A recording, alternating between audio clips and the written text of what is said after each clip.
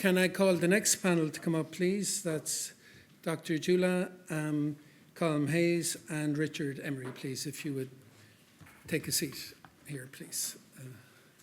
While the panel are taking their seats, let me basically say the presentation today essentially is on embracing advanced technology and global talent to innovate for future generations. And our key speakers, Dr. Chula Sukmanop, I apologize for the poor Thai pronunciation, Secretary General, Eastern Economic Corridor of Thailand, with response from Colm Hayes. And congratulations, Colm, on your recent appointment as Director General of Global Ireland Economic Division and Asia Pacific in the Department of Foreign Affairs. And Richard Emery, we're fortunate, Richard, to have you join us. I know you're normally based in Singapore. Great to have you here in Ireland. And Richard is the Director, Asia Pacific Centre for University College Dublin. So without further ado, could we welcome Dr. Chula to the podium, please.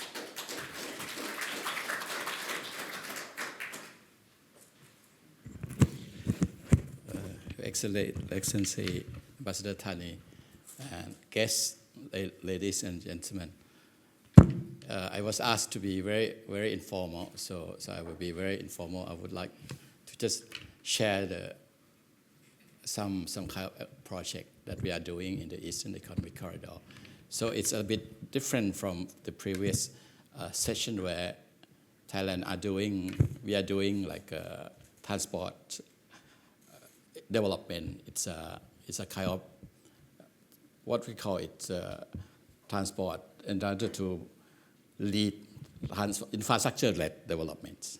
But this time, on this occasion, on my session, we are going to talking about EEC.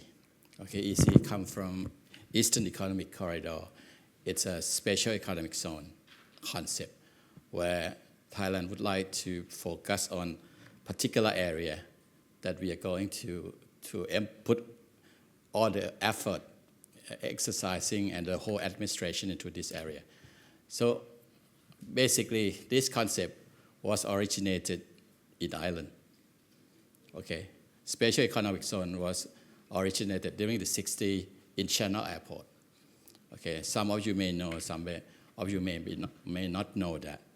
But this exercise, we follow on and adopt some concept of China, where they are doing very well in promoting certain area, because China is very big. Instead of doing everything for the whole country, they come up with the idea of having several special economic zones in different areas of the country. So Thailand adopted that concept and used the eastern area of Thailand to take the same similar concept to make sure that we have everything in place in order to attract foreign direct investment into the country. So I hope by the end of this session, you will feel EEC matters. Okay, apart from Asian matters, Thailand matters, and at the end, EEC should matters to all of you, and maybe you disseminate this information to your colleagues or your friends in the future. This slide shows the location, okay, but this slide, what I want to show you is the connectivity between Thailand and the rest of the world. We have physical connectivity in terms of the location of the country. We also have connectivity through many FTAs. Investors coming to Thailand can utilize our FTA and export using Thailand as a production base and export to the third country. With the incoming Thailand-EU free trade agreement, it could be even better. Okay, so the future is coming up through the exercise of the future EU free trade agreement. So it's Eastern Economic Corridor. It's not very far from Bangkok. If you land in Sukmanop Airport, turn right to the east. So the nearest province is about 50 kilometers from Sukmanop Airport, and the furthest to Bangkok is about 250 kilometers. So it's the eastern coastline. We used to call this area Eastern Seaboard, where we developed for oil and gas industries. But this time, the government come up with the idea of trying to promote new economies, new industries, new cluster of industries into the area. So you can see that we try to focus on particular investments. Also, I'm going to explain to you later on the investment that we are trying to attract. So we have one legislation, one piece of legislation to promote. You may have heard Dr. Banya talking about in the language, they are going to have one regulation, one law, in order to give rise to the whole development. So far, we have this law already. So we are implementing it. The idea is this law is giving rise to target investment where EEC, coming to the EEC, you have to come within a certain industries, okay, with a certain area of investment, because we want to make use of the land use in the country too. Certain area of land are more suitable to certain industries. So we want to make sure that work, play, and live can be together in the EEC area. So with the targeted investments, we can offer the investor tailor-made incentive.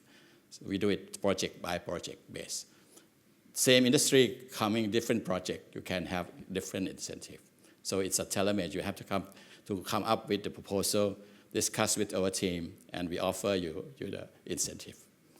And at the end of the mechanism is very important, where we have mentioned about this many times in this session, where we're going to have some kind of regulatory guillotine where you don't need to go to many places in order to start up the business. We have law giving us some power from the EEC, we can issue up to 44 permits or license to start up the business. So instead of going around many different agencies in Thailand, take years to complete the whole process on get every single license or permit in order to start up the business. We are in one roof. We can provide one-stop service in terms of license and permits to start the business. So we would like to give investors come to Thailand faster and spend money in Thailand faster. Okay. So these are the cluster of targeted industries that we are trying to promote. Medical and health, digital technology, new generation automotives like EV cars. And the most attractive investment, or what we receive the most right now, is BCG, Biocircular and Green Economies. In terms of numbers of potential investors coming to the EC, this area is the most popular, where we receive a lot of investment proposals from many countries. And the last one is related to service. You can see 1, 2, 3, 4 production base, okay, whereas we try to promote service base into the EC too. And this cover like tourism, like transport and logistics, and also education. Richard is one of our target partner that yesterday I spent a few hours with UCD in order to make sure that EC is made known to their team, and we are welcoming education, because we feel education is a part of the service sector, where we want to make sure that schools and universities good school, good university are in place in Thailand to make sure that investor can bring family and have good education in Thailand. So far, these are part of the university or part of the scheme relating to education that we are promoting. So far, we have some cases where there is a joint Thai local university and also institution doing a kind of training. We have Carnegie Mellon from the US, they're doing engineering school with local university. We have the Swiss hospitality institution working with hotel group in Thailand, doing hospitality management institution to make sure that we have the right service for service industries. Also, we have a partnership between industrial estate in the EEC with Taiwan University, focus on the electronics, where a lot of Taiwanese coming to Thailand, they bring in a lot of electronics sectors. And university in Taiwan, they see the opportunity, so they come and set up a university or training center in one of our industrial estates.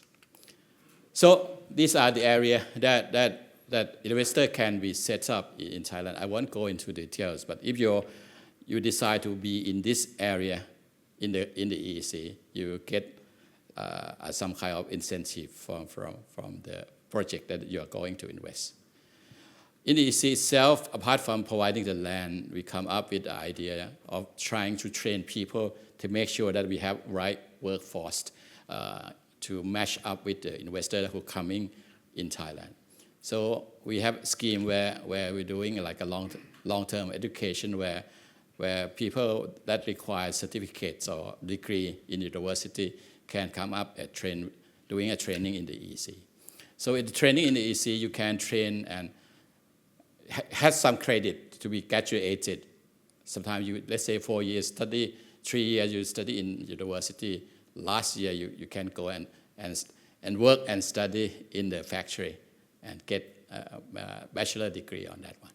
So it's a German work integrated learning system that has been implemented in Thailand. And we have many partners in different countries. The investor in the area also part of the education system in Thailand. And apart from the long-term education system, we have the short-term course where investor can come up with the upskill, reskill training courses, and EC co-pay half of the expenses for the training to the investor. It's a kind of like a subsidy to that. Okay, so we have some infrastructures that make sure that those who come to the EC have enough transport infrastructure to come and stay. Okay, so this is the journey. If you are interested in the EC, you can either come to us in Thailand or sometimes like today we come to you to make known that what we are offering. Then the idea is you can come and send a proposal and discuss the incentive that what you like to have. Then we have incentive agreements. All can be done within 3 months. Okay, after that you can utilize the incentive one by one in terms of like this. These are the sets of incentive. Some is about the tax. Okay, but most of the investors now, they are not very focused on the tax exemption. Okay, because we're going to have OECD scheme where in the tier 2 where you need to pay tax somewhere. You cannot get away with the tax all the time. So we're trying to make sure that we keep with the incentive that make you operate in Thailand or in the EC much better than any other place. So the incentive also extend more than tax related. EC can issue the visa work permit at EC scheme where we can offer up to 10 years long stay EC visa, and also is with the work permit that also extended to the member of family. Okay, so as I mentioned, incentive varies, depends on what you offer to Thailand. So it can be part of the operation. If you are very new to Thailand, you are a pioneer in the industry, you get very high incentive. You have a good bargaining power. If you operate in more green way of doing carbon neutral operation or net zero operation, you get a better points on that. We have some kind of scoring that we doing. Health check. You come with the proposal, come to discuss with us. You get some score. But if you need more, we add or ask you, request you to do something extra, and you get the top benefit that you can have. So these are some basic guidelines or some basic idea that EC is offering. So I hope we give you some food for thought. And again, I hope EC also matters. Okay, thank you very much.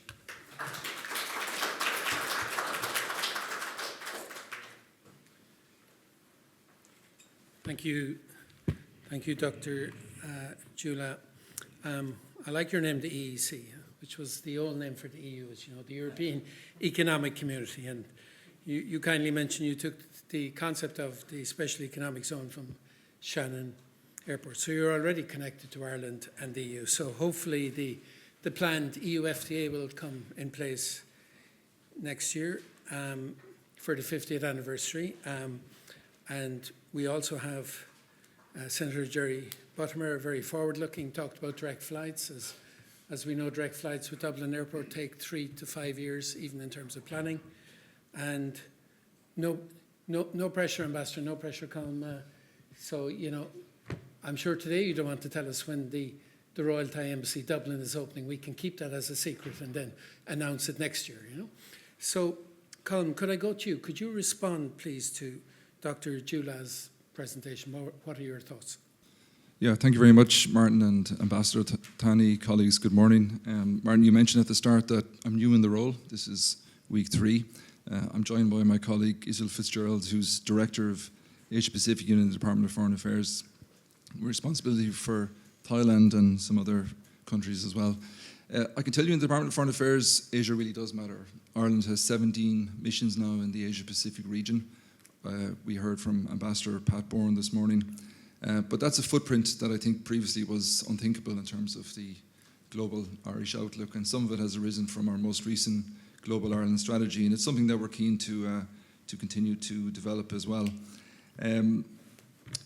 I think, as Ambassador Bourne is a very good example, in our embassy in Bangkok, we have a strong Team Ireland presence in Bangkok through our agencies, Board BIA, Enterprise Ireland, IDA, as we have in many of our missions in Asia. And I think, you know, everybody in this room who's interested in collaboration, be it in higher education or business, should look on Team Ireland as a resource. They're there for you. They're there for anybody in Ireland or in Thailand who is interested in collaboration between the two countries. And as I said, are available to assist, and direct contact is always encouraged.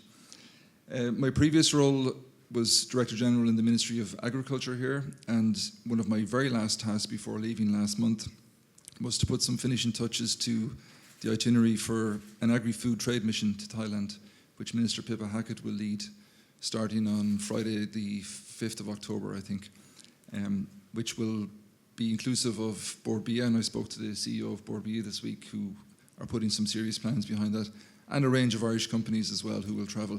So that's a really good example of the ongoing collaboration between the two countries. And Ambassador Bourne set out very well the business case this morning for even deeper engagement, be it the fact that Thailand is our second most important trade relationship in Southeast Asia, the ongoing business-to-business relationships in retail and hospitality in particular, and of course the people-to-people relationships in terms of culture and in terms of tourism as well. In terms of some, I suppose, high-level responses to the presentation we just heard, there have been numerous mentions this morning to the importance of a free trade agreement. And I think an early and swift conclusion to a comprehensive free trade agreement, I think, would be a game changer for everything to do with Ireland, EU and Thailand relations. And of course, your neighbours in Vietnam have a free trade agreement now and are starting to enjoy the benefits of that. So I can assure Ambassador Tani and our Thai counterparts that in Ireland you will have a voice of support at EU level for the importance of a free trade agreement. We're a small, open economy who ourselves have benefited from free trade over the years. But we would encourage our Thai colleagues also to work as diligently as you have been to bring that to a conclusion.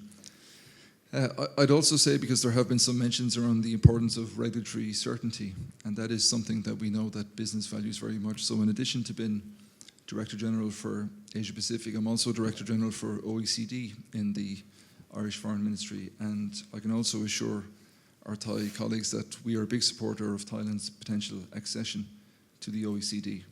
And we hope and trust that that's a process that is moving well. Membership of the OECD, it's not easy to secure, but when it is secured, I think it sends a very, very strong signal to the private sector, to other countries, that, you know, it's a serious country that's serious about doing business in the right way. And so we encourage you to continue that process. And again, I think you will find Ireland a strong supporter there. I might just very briefly, Marlon, I know you're pressed for time, and I don't want to steal Richard's thunder either in terms of the role of higher education, but on a very high level, of course, Ireland has a strong international reputation for high level, and we're the only English-speaking country in the EU, which means we enjoy the benefits of programs like Erasmus and Horizon. And we're starting to see a growing number of Thai students coming to Ireland to study at all levels, from bachelor degree right through to PhD. Indeed, we're starting to see some Irish students, I understand, studying in Thailand also. And I think it touches very much on the presentation we heard, which is around that collaboration in the engagement.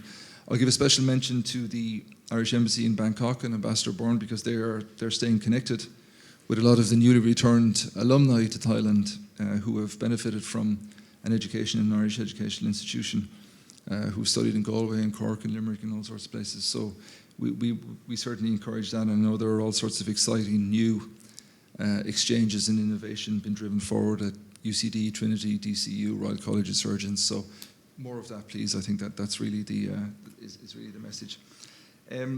Just finally, I'd like to commend the presentations this morning on the ambition and vision. I mean, these are very, very large infrastructure projects. It's no secret that in Ireland we're struggling with infrastructure projects right now. I'm a member of the National Competitiveness Council, which each year presents to government its assessment of threats and opportunities to the Irish economy, and has consistently in the last few years highlighted weaknesses in infrastructural development. And it's a number one priority, and I'm not giving away any state secrets here by saying that, for the government to reform planning and development of infrastructure projects. So we know it's not easy, but I commend the vision, I commend the ambition, and I think, as I said earlier, in Ireland you will find, both at government level and at private sector level, we hope, the highest levels of collaboration as you move on. So I'll leave it there, Martin, and I'm staying around for the morning as well. So thank you very much. Appreciate it. Richard, could we go straight to you? And you've been nicely lined up there by Colm mentioning the importance of higher education. You're based in the region, you've been to Thailand, you've met with the EEC, you represent UCD. Could you give your thoughts and feedback, please? Certainly. Thank you for the opportunity to join today, Martin, and thank you, Dr. Chula, as well.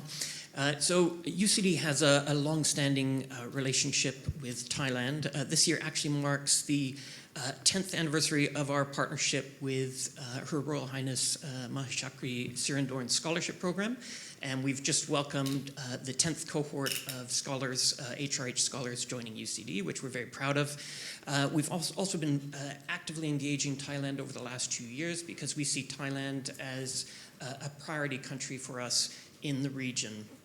So we work with local university partners on providing unique opportunities for students and researchers in terms of study abroad opportunities, research collaboration, and internships. And last year, thanks to the support of Ambassador Pat Bourne, we began discussions with Dr. Chula and colleagues at the EEC. So we're now exploring opportunities to work with the EEC to meet the needs of industry within the region. So we're working with local partners to develop dual programs, training programs to help with the reskilling and upskilling initiatives. Because if you look at the priority, like targeted industries within the EEC, it maps very well to UCD's research strengths and academic strengths. So now we're actively engaging local university partners in the region and are keen to work with Thai industry as well. And of course, we would welcome the support of Irish industry. So if there are any representatives here who would like to discuss in more detail after the session today, I'd be very happy to speak with you about how we might collaborate, whether that's, again, on research collaboration or working with local partners to help with the upskilling and reskilling initiatives. I think it's a wonderful project, and we see huge potential, again, thanks to the tremendous overlap and the support we've received from Dr. Chula. Wonderful. That's very helpful. And as you say, to have an Irish university like UCD doing joint programs on the ground, joint research with industry partners, both from Thailand and perhaps Irish companies in Thailand. Great. Okay, I notice we're beginning to drift time-wise. We're 6 minutes over time, so we need to pull this back. So could I ask a final comment from you, Dr. Chula? I think the work we are doing with UCD now could be a good model for cooperation in the future, more tangible one. The reason that we are very serious with UCD because, number one, from my research, UCD is become center of the EU university coming here. Because from the pattern itself, it's not for Irish. It's not Irish university now. You can see the demographic of students in the UCD. You have many from the EU countries. So in Thailand, we think it's the same thing. EEC is going to be, like right now, Dublin, you have many multinational companies setting up in Ireland. I used to work with aviation sector before. I can see many aviation-related industry based here in Ireland. Okay, so with this, it's a workplace. But to work, then you need good education. Apart from, I can say it's a UCD can be like, for me, for us, it's a EU center for education. Apart from that, they are doing research-based education, which is not the pure academic. In the EC itself, we have many factory, many investors, so they can utilize what we have. Let's say EC is going to be like Olympic ground, where many investors in many countries coming to the area, doing different things. If we have good research base, because the research base can help the investor in the EC area too. That's why we're trying to make sure that UCD can be present more and more in the EC. Okay. Thank you very much. Could we thank the panel, everybody? Thank you so much.